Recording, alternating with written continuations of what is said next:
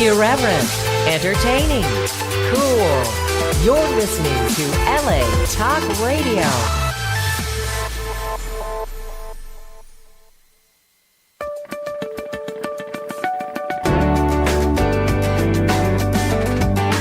You're listening to What Women Want with Judy Goss, only on LA Talk Radio.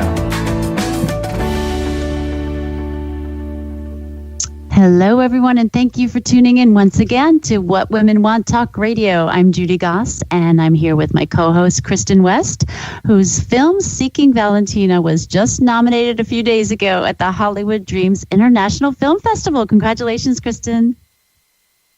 Thank you so much, Judy.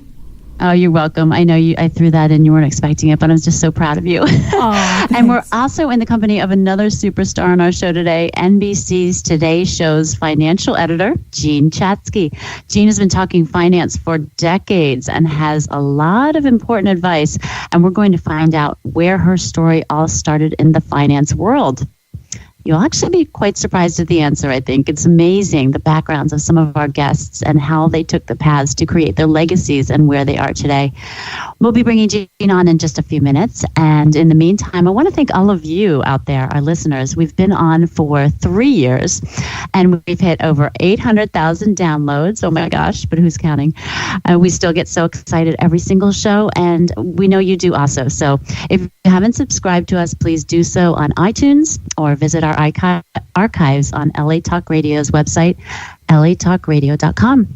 I'd like to take a moment here to just send out my thoughts and prayers for the people suffering from Hurricane Harvey in Texas. I'm not even sure, honestly, what to say.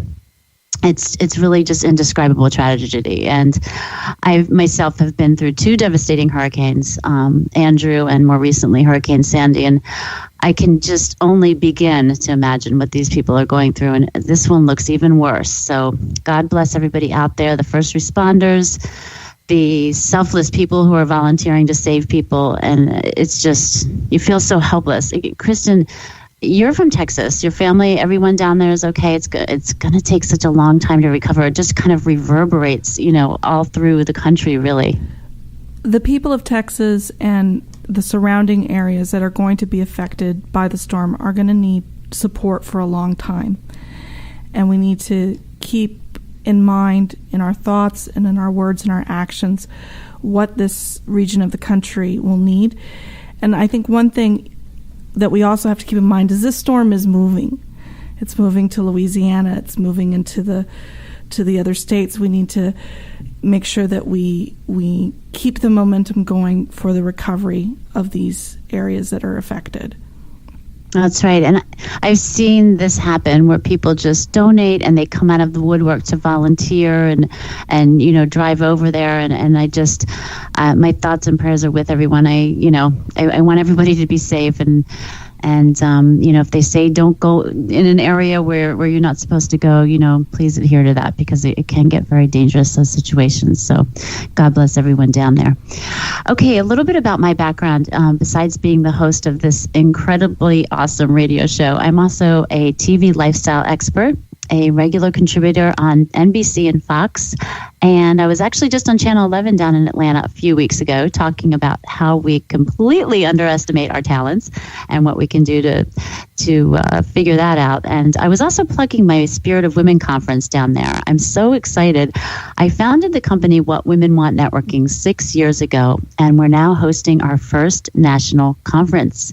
We have several chapters spanning from coast to coast, and we're now moving to be bigger and even more influential on a national scale. So it's very exciting.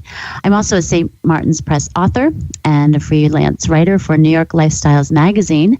And my most important job is the mama of 13-year-old twins. Wow, 2 teenage girls in the house. Quite interesting sometimes. Now, I'm going to plug the Spirit of Women conference because, like I said, I'm just over the moon about it. We're going to have 300 women down in Atlanta at the Westin Peachtree Plaza Hotel, October 7th through 8th. It's a day-and-a-half event. Over $4,000 value of education and coaching for less than $300 for a general admission ticket. I have a discount code. It's Judy discount, Judy discount. So go get your ticket now, spiritofwomenconference.com. We are going to rock this conference out. We only have 17 VIP tickets left, actually, and we're going to be closing that red velvet rope after we sell out, which we will. Spiritofwomenconference.com. Kristin, are you joining us? Yes, I am. No way. I'm very excited. Oh my gosh, you're going to join us between all of your red carpet ventures. I am so honored. Oh, I'm so excited. Judy, Thank you so much for your support. Judy, for me, this is the event of the year. I want to go to this so bad. You are a blessing. I love you. Well, I'm going to read your intro because I'm proud to say that you are an award-winning actress, multi-award-winning actress now, screenwriter and producer. Your film, Seeking Valentina, was nominated, as I said before, for 2 awards at last week's Hollywood Dreams Film Festival in Las Vegas. A script you co-wrote called Likeness has just been nominated for a screenwriting award. Wow, you are on a roll at this year's Fantastic Horror Film Festival. And you can also be seen in the upcoming films The Spirit Room, Hell's Kitty, and The Lich, all due out later this year. You look like you were having so much fun last week. I'm so proud of you. It was a great time to be in Las Vegas because the title fight, the Mayweather Conor McGregor fight, was going on, and there was a lot of hubbub already. And it was just great to be there in Las Vegas, experience the film festival, experience all of the excitement and all the wonderful things that Vegas has. And I always love going, especially when I get to go with great friends like Armin Nasseri and our cast and crew.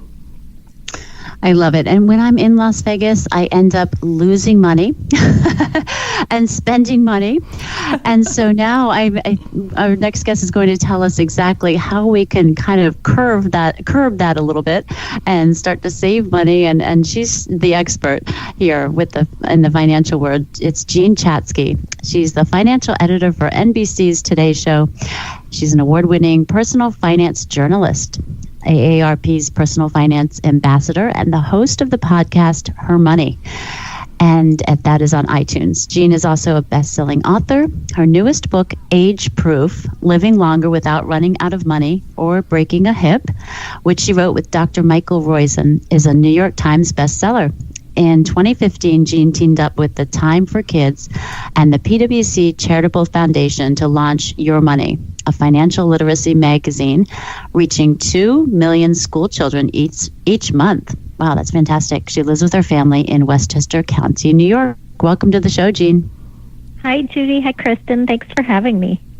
Absolutely. You know, from an English major in college to a personal finance guru on TV, I know there's a story in there somewhere. You know, I wanted to be a journalist, and I knew that pretty early on, but I was also a bit of a math geek in high school, and so, I mean, you'll remember this. You spent time in a lot of magazines in New York, I know. When I graduated from college, I landed a job at Working Woman magazine, which doesn't exist anymore, as the assistant to the business editor. And that was just happenstance. I mean, if the assistant to the food editor had been open, I would have applied for that job. Or the you just wanted to kind of fashion editor. I just wanted a job. Yeah, I just wanted a job. And so I got this job as the assistant to the business editor, and it was a really good fit for me. I liked writing stories where numbers played a part. I liked writing stories about businesses and careers and management. I mean, this was sort of every cover that we did at Working Woman back then, and this was 1986, 1987, seemed to be about the glass ceiling in some format or other. And it was a really great training ground for me. And when I was ready to leave Working Woman, I wanted to go to a big business magazine. I was desperate to join Forbes in the fact-checking pool, because I had heard that being a Forbes fact-checker was just the greatest job on earth, and you learned so much, and you would work till 2 a.m, but you would love it. You really were a math geek, weren't you? I was a little bit of a math geek, and I couldn't get a job. I could not get a job at at Forbes or any business magazine because they looked at my resume and my experience and my clips, and they thought they were sort of faux business, fake business, and didn't think that I really had the chops to do it. And so I freelanced for a little while and really took a little time to think about what I wanted and ended up applying for jobs on Wall Street. I thought about what business reporters do, and I realized it was very much what equity research analysts do on Wall Street. And on Wall Street, it was actually easier to get a job than it was in journalism because research analysts were happy to have somebody who could write around to help them write their dozens and dozens of research reports. And so I did that job for a couple of years, and I really learned financial statements, and then I got a job in the fact-checking pool at Forbes. And from there, moved to Smart Money magazine to write about personal finance. And I've been talking and writing about personal finance ever since. Now, I want to reiterate what you said here. Jean Chatzky could not get a job at Forbes. And that's just, really illuminating for people out there to know that someone like you, when you were first starting out, went through that and then kept going and still kept your eye on the prize and did what you had to do to build up to that. Because I think sometimes people look at someone like you and think, oh, she probably, had it easy from the beginning, because you do make it look easy. I mean, you walk out on the Today Show and it's glamorous, and it's, you're really doing such a great job letting the world know, about their finances. And it's just nice to hear that someone like you, had a few curveballs and went through that sort of thing. Well, and not just career-wise, but with my own money. So I came out of college making $11,500 a year, which was not enough, by the way, to live in New York City. So I got a little help from my parents. Thank you, Mom and Dad. And I taught SATs on the side. I mean, I had a side job because that was the only way to make it work, and ate a lot of soup from the Chinese restaurant that cost $1 for dinner. And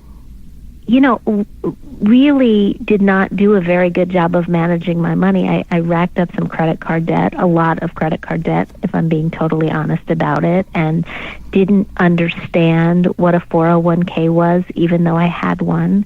And it took me a few years of reporting on personal finance to get my own finances working. And I think that's really important to share because nobody teaches us this stuff. But I feel like if I can do this, being an English major and not coming at it with any sort of formal education other than reporting on the job, which, by the way, is an education in and of itself. I get to learn about new permutations in personal finance every day, and they continue to keep me interested. But I do think it's really important for people to know that you're not necessarily wired to do this or genetically inclined to do this. You can learn it if you want to learn it, and you can practice it if you want to practice it, and that's what it is. It's really a series of habits that you practice over and over again. And once you commit to doing that, then your financial life will work. Jean, one of the interesting things I found out about you was that one of the people you reached out to actually suggested that you get an MBA, and you decided not to. Is that right? Yeah, so when I first applied to Forbes, the chief of reporters told me to go get an MBA if I wanted to get a job there. And I wasn't really ready to go back to school. I loved college, but I loved the activities and the social aspect of college a lot more than I loved class. I didn't really want to go back to the classroom, and I certainly didn't want to take on the huge amount of debt that it would have cost me to go back to the classroom. Because although my parents, put kids through college with no student loans. I knew graduate school was on me. And so I thought about what he was really asking of me in order to get this job. And really, he said, go get an MBA, but what he meant was you need to know how to read a balance sheet. You need to understand financial statements. You need to know how this stuff works. And I figured I could learn it on the job. I think that's so very wise of you. I remember in the middle 2000s when people were graduating from college and the housing market was crashing and people did not know what to do. They were often going to grad school just to go to grad school to prolong the repayment of their loans because there was nowhere for them to go or they didn't know what to do. I think my stepson just did that. Oh my. Well, I think people did it too. I mean, I remember doing some segments on the Today Show, helping people who went to law school during those times who then discovered that they didn't really want to be lawyers. You know, those are very expensive degrees, and I'm a big believer that it is well worth the money to go to college, and it's often worth borrowing to go to college, but it's not worth borrowing mindlessly. It's not worth, you've got to think about the value proposition of whatever sort of an education you're going to take on, whether it's your 4-year college degree or graduate school, and figure out if you're actually going to do the work after it to repay those loans. One of the things I like so much about, I looked at your whole website, by the way, which everybody on the show, go to jeanchatzky.com after the broadcast and just check out the check out the treasure trove that is this website, because if you really need a good solid place to start, check it out. I really like this rule of yours that more money won't always make you more happy. Is there a balance, have you found, in consulting with people and in your own life experiences? Yeah, and there's a ton of academic research to back this up as well. So, maybe 10 years ago now, I did a big study on money and happiness. And the basic finding was that once you had enough money to make you comfortable, not enough to live lavishly necessarily, but enough to live comfortably, enough to pay your rent or your mortgage, make your car payment, put gas in the car, go out to eat once in a while, maybe take a vacation every once in a while, enjoy yourself a little bit, but not go crazy. That more money beyond that was not going to make you more happy. And what would make you happier was having a level of control over whatever money you had. And that control was pretty specific. It included being a regular saver and maintaining a moderate level of debt and doing things like paying your bills when they came in rather than saving them up in a big pile to pay once or twice a month. And a few years after that, Daniel Kahneman, who's a very famous Nobel Prize winner out of Princeton, did he did a much more rigorous academic study. Mine was much more of a poll that we did with the folks at Roper, 5,000 of them, but still not a Daniel Kahneman level type study. But he found very much the same thing and basically put a number on it that said once you had $75,000 on average, granted, it means it's a bigger number in some parts of the country than it is in others, but more money wasn't going to make you more happy for the very same reasons. I almost had Kristin host the show by herself tonight because my family went through bankruptcy, during the recession, and we just had a really hard time. Our house is on the auction block, and we just were crashing and burning with everything finance. And the one thing I noticed about, just clicking around on your website was that you take tips for someone like me who's, still honestly, coming out of that situation several years later. and you really break down a subject that is intimidating and can be confusing to very practical advice.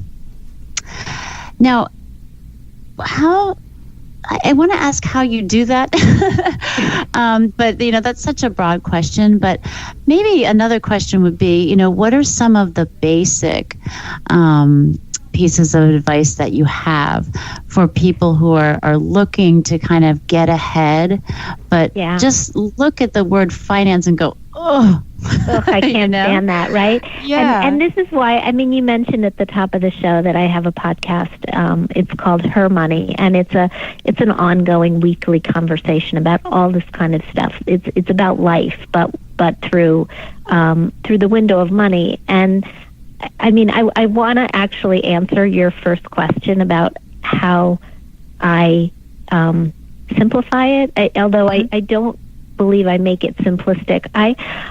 I just, early in my Today Show career, and I've been on the Today Show now for 22 years, but had to take these 8-page articles from Smart Money magazine and explain them in 3.5 minutes. And so I would go through this very, very rigorous process of breaking the stories down and figuring out what was important and writing it out longhand, and then asking myself every question I could potentially imagine that the anchors might ask me, and shortening my answers. And I used to drive myself back and forth to New York City and talk to myself in the car. This was like before everyone had a cell phone and was talking on the phone, and people in the cars next to me used to look at me like I was an crazy person because I would be carrying on this conversation with myself. Or an actress. Practicing lines. Yeah, exactly, right? But that's sort of how I did it for me. I did it because I figured if I understood it, then everybody could understand it. And I think that's kind of true, and it's what I believe about anything financial these days. Like, you should not be giving your money to anybody who can't explain to you what they're going to be doing with it, or what it's going to be going in language that you can understand. There's just no place for that, especially now. And I think that over time sort of helped me realize that there are really only 5 things that you have to do if you want to be successful financially. This was one of those epiphanies. I realized that I tend to have my best ideas either when I'm out for a long run without music, or when I'm in the shower. And this was one that came to me in the shower. But essentially, it's just, there are 5 things that you have to do if you want your financial life to work for you. And if you can do them with regularity, you're going to be fine. So the first one is you have to earn money. You have to earn a decent living, enough so that you can accomplish the second thing on the list, which is to spend less than you make. You got to leave yourself some room for saving. The third item on the list is that you have to take that money that you're not spending, you got to funnel it into a segregated savings account where it can help you out in an emergency, but then once you've got enough for emergencies, invest it so that it can grow and work as hard for you as you're working for yourself. The fourth one on the list is that you have to have a protection plan in place.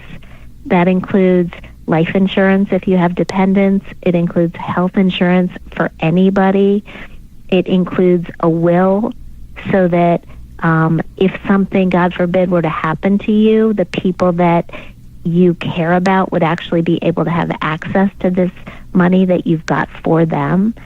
And the fifth one on the list, and you talked about this, Judy, at the top of the show, is you got to give back, because nothing else makes people feel as happy, as healthy, as really practicing gratitude. And I think that's something so important. We live in New York, but we spend a lot of time in New Jersey, and so we were right there with you with Superstorm Sandy, and I've been watching this coverage, and I yesterday went on the Red Cross website and made a donation, and I think anybody who has the means to do so really needs to do the same thing. Yeah, I mean, even a few dollars, if enough people give, it can make a real difference. That's for sure. Yeah, and I would also just say, I did it, and then my husband came home, and his company, he said, "Oh, well, my company is matching contributions." And so if I had thought to ask him, because I think a lot of companies nationwide are probably doing that at this point, then I could have doubled that contribution. So if you have a member of the family that works for a major corporation, make sure you look into whether you can get matching dollars for any money that you decide to give yourself. Jean, that's a whole segment right there. Yeah. How people can do that. And that's very thoughtful. That gives me a few ideas too. I want to get back to your podcast, Her Money, right? Mm-hmm. You had Gloria Steinem on there. I did. What did you guys talk about? I'm curious. Oh, we talked about the changing role of money in the lives of women through the ages. We talked about Planned Parenthood. That was on her mind that day. We talked about money and the role that it played in her life and her smart investments in Manhattan real estate. I was just, I have such amazing guests on this show, women all ages, and all sorts of walks of life who tell their financial stories, because a lot of us did not grow up with a financial education and have had to learn it on the fly, Gloria Steinem being one of them.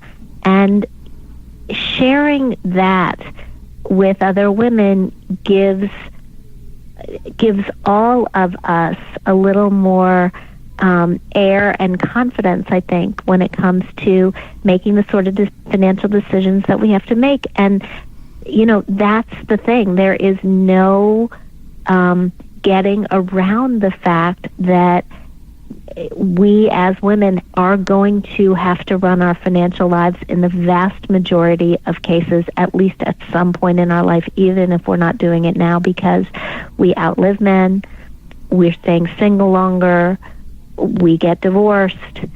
We have to be ready to take this on, even if we're not taking it on today, and that means getting involved in these sorts of conversations. And so that's why I started Her Money, and we're doing pretty well. We've got a nice audience. It's a mix of millennials and Xers and boomers, and we talk about everything from raising money smart kids to starting businesses to work-life balance, or whatever you want to call it, if you believe that it actually exists, to how to invest for your future. Jean, is there a way we can better teach our younger citizens, especially our girls, to handle money better? I remember the first time I ever learned about the stock market. I was in high school economics class, and they sat us in front of a computer simulator one day, and I was very hot to trade on the commodities market. So I had a little fake money, and I was buying gold like it was going out of style. And then I didn't really have much of anything else after that. How do we teach girls especially to become more financially savvy? Kristin, it's so interesting that that's the example that you gave, because that's the problem, I think, with personal finance education.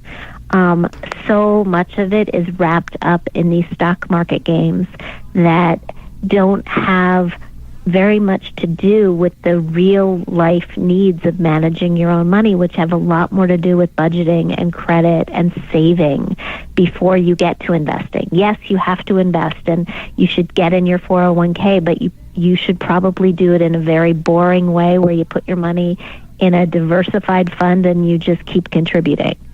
So I think the very best way to teach kids how to manage money is to give kids some money to manage. I'm a big believer in allowances.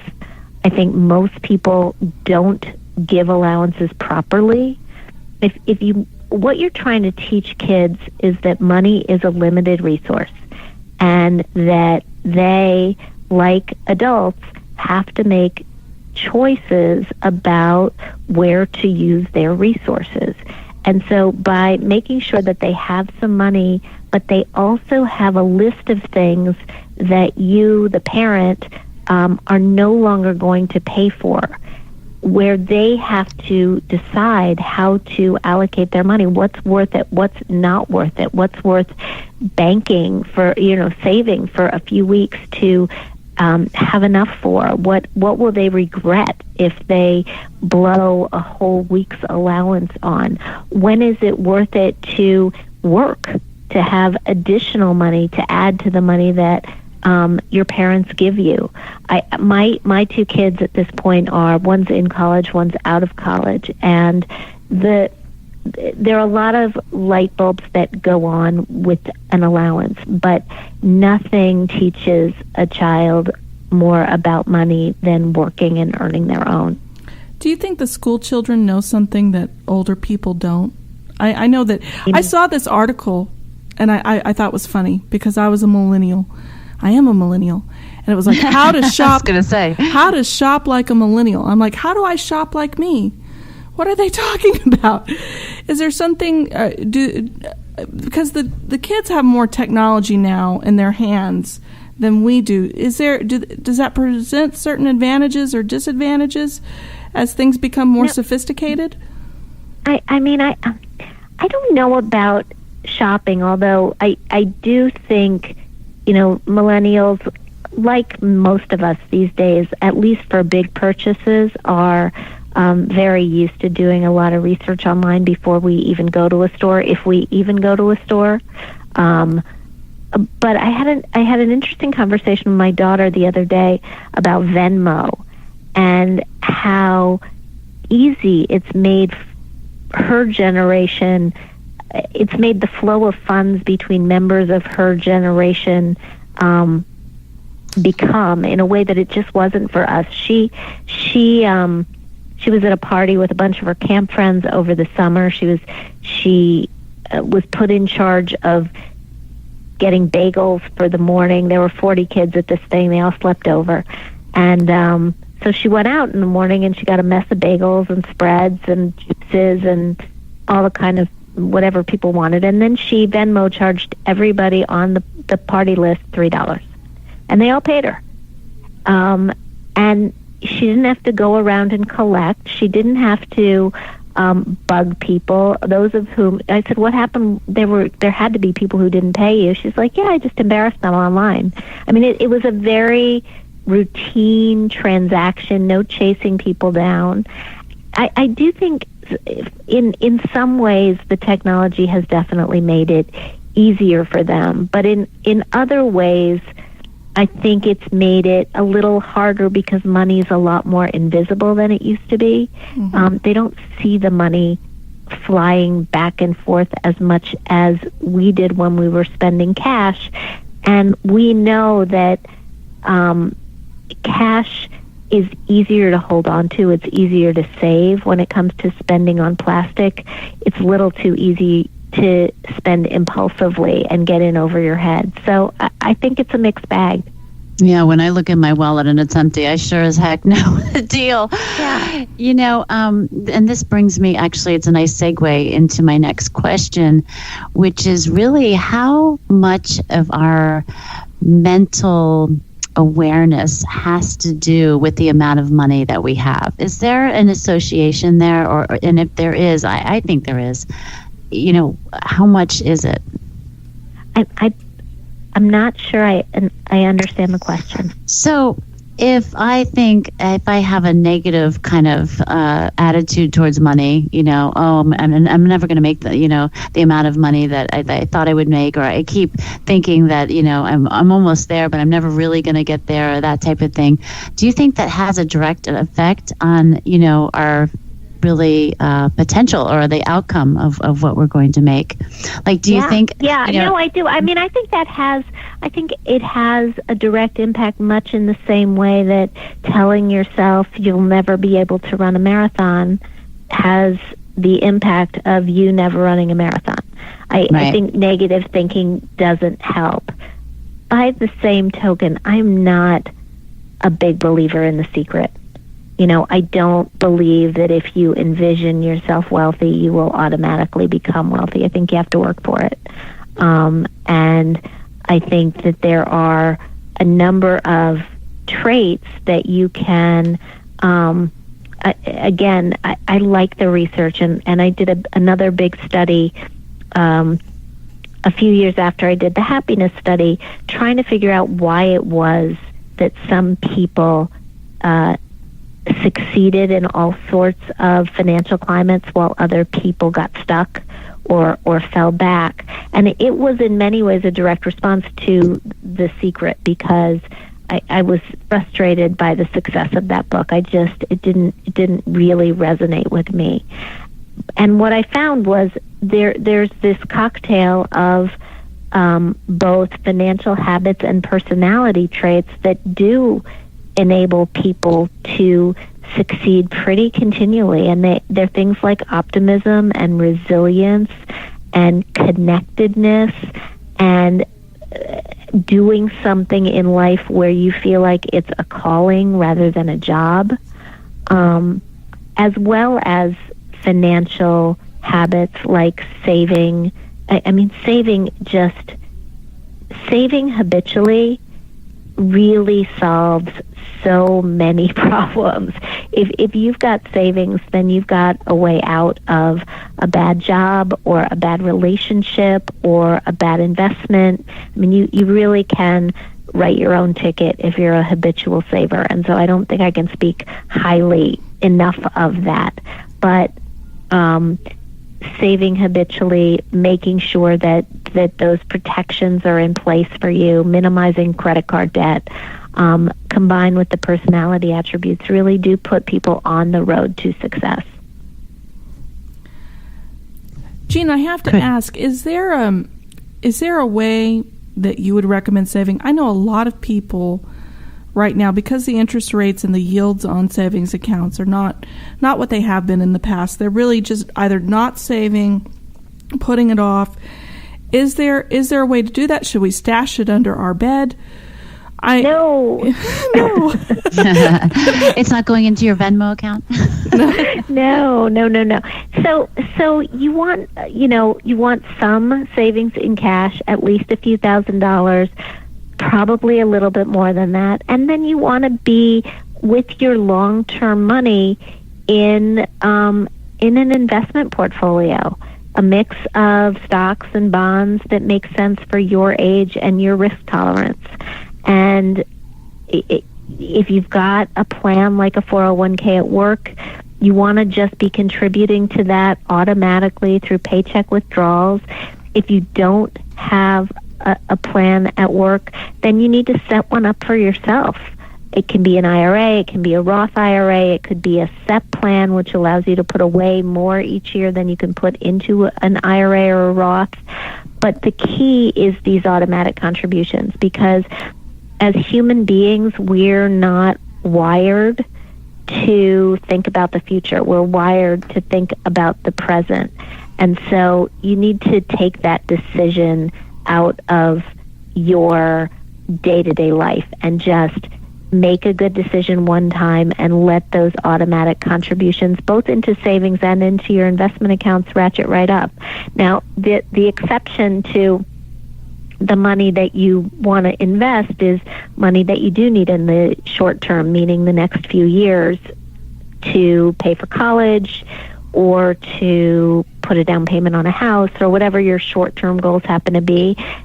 Even though interest rates are frustratingly low, that money really still belongs in the bank. I have a feeling this has a lot to do with age proof, living longer without running out of money or breaking a hip. It does. I mean, I'm Tell us about running your out book. of money. So this book, which came out in February, I wrote with a guy named Dr. Michael Roizen. He's the chief of wellness at the Cleveland Clinic, and he's a total rock star. And what we both realized at about the same time was that because we're living so much longer, you need both good health and financial security if you want to go the distance.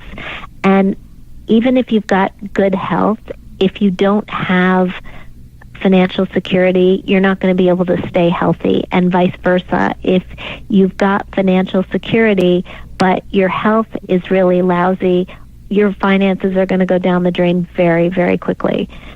You need both, and the same strategies can get you there. So we put our heads together. We wrote this book. It's done very well. It's ended up on the bestseller list, which we're very, very grateful for.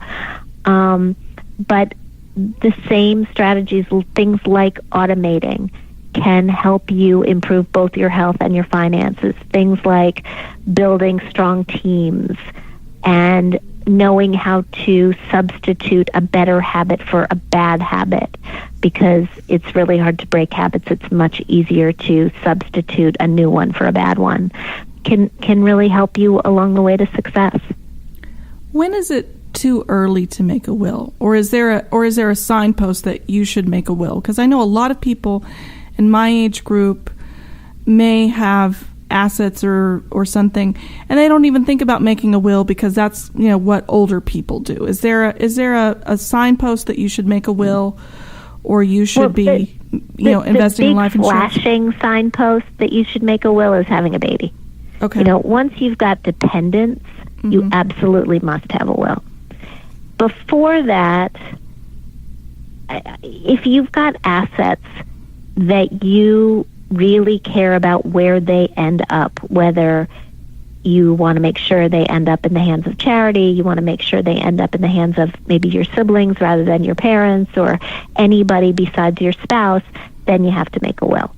And that's because if you die without a will, the state that you live in has a hierarchy where it distributes your assets. And, if you're married, everything's going to go to your spouse. If you're married with kids, it'll be divided between spouse and kids. But your state will determine what happens. And you may not like that. You may not agree with that. And so having a will, which is a very easy document to write, you can do it with software like LegalZoom or Willmaker. It is pretty much a no-brainer. Yeah, no, it's there are so many resources out there today that, with what we can do. And again, you have a way of breaking it all down and motivating us too, to kind of get going and do that. Now, I like to tell people where they can listen to your podcast, Her Money. When does it air? Where can we go?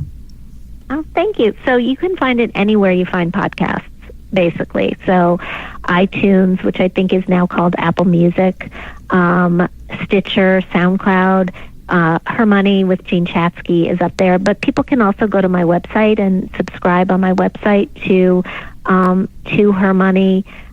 We also have a weekly free newsletter, and I would love it if your listeners would tune in. That would be fantastic. Yeah, I was impressed with the range of guests that you have on there, and the range of topics. So it looks like a fascinating show. Out of curiosity, just on a personal note, what is your most favorite topic to talk about besides obviously the broad financial spectrum? What is your favorite aspect of the financial world for you to either do a segment on or talk about on your podcast, that type of thing? So my favorite segment of our podcast is our mailbag, where we answer questions from our listeners. We get a ton of them, and I really like that. But in terms of the overall world of personal finance, I really like the behavioral stuff. There's a lot of research these days into why we do things with our money, even when we know they're the wrong things to do. And I think that's so fascinating, that look into human nature. It really, really interests me. Yeah, me too. It's always fascinating. I studied psychology a little bit in college, and it's always fascinating to me, why people do what they do. It's constant, and it's also a journalist thing too. I mean, you have an endless curiosity of, why people act and what they do, and where it leads to. Is there Kristin, a question that comes up over and over and over again? There are a few, actually. How can I find somebody that I trust to help me with my money? How do I teach my kids about money? Do I need long-term care insurance?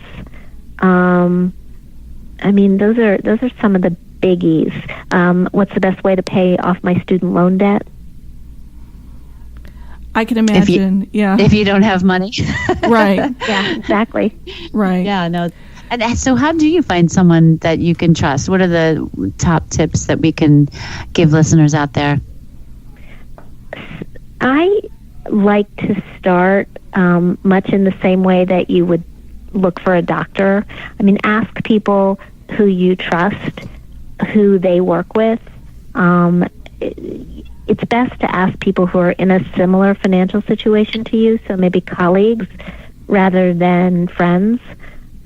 You come up with a short list of people, you call them, look into their backgrounds a little bit. There's a tool called Broker Check from FINRA that you can use to check the backgrounds of people. And then you sit down with 3 or 4 people that you think might be workable for you, and you have a conversation with them about their process. How do they work with people? Do they handle just one aspect of your financial life? Some advisors are more focused on tax or insurance or investments, or are they holistic and they deal with your entire financial picture? That's my preference, by the way. How much do they cost? How much is it going to cost you to work with them? And you want to try to get it down to a dollar figure so that you can compare apples to apples, because advisors get paid in different ways. And then I would just really pay attention to the tenor of the conversation. So if you're sitting down with a new advisor, they should be spending most of the time asking questions of you. They should be trying to learn about what you need and what you want and what you want your money to do for you, and whether they can actually do that job, rather than trying to sell you on their track record or how their return on investment or their stellar list of clients or anything else. If they're talking more than they're listening, that is a really, really worrisome sign to me. That's great advice. And then I would just do a gut check. I mean, I think you should be able to be really open and honest with whoever you hire to do this sort of a job for you. And if you're feeling, for whatever reason, like you can't talk to this person, then they're not the right person. So basically, do your research, take your time to interview them, and get referrals. That sounds like, the 3 top points. Anything, right? Yeah, right, exactly. Well, so JeanChatzky.com, like Kristin said, go on the website, because there is so much great stuff on there, including the podcast and blogs and where to get her book and everything. And Jean, thank you so much for coming on the show today. It was just such an enlightening conversation. And like I said, I'm just so impressed with the way you break things down for people and just spin it out there in a very positive way. Oh, well, thank you, Judy. Thank you, Kristin. It was fun. Oh, my gosh. It's our pleasure. So, Kristin, are you interviewing me next week? That's the rumor I hear at LA Talk Radio, is that we're going to have special guest Judy Goss on next week, which is going to be a lively interview. Oh, my gosh. Is this another one of Matt's girls things? Well, it may be. It may be. So, I'm going to be on the show with Marie Frattoni. She is the founder of Get Clients Everywhere. She's based in Atlanta, where I'm having my women's conference in October, the Spirit of Women. And we're going to dissect what exactly the spirit of a woman means and how it can lead you to success farther and faster than you ever imagined. So thank you for listening, everyone, and have a great night.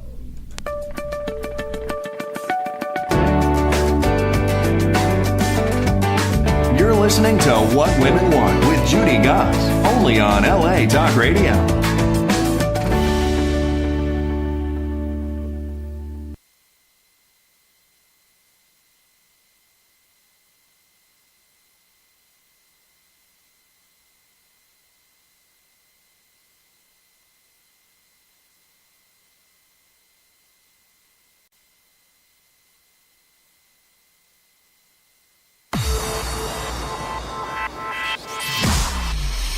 irreverent, entertaining, cool.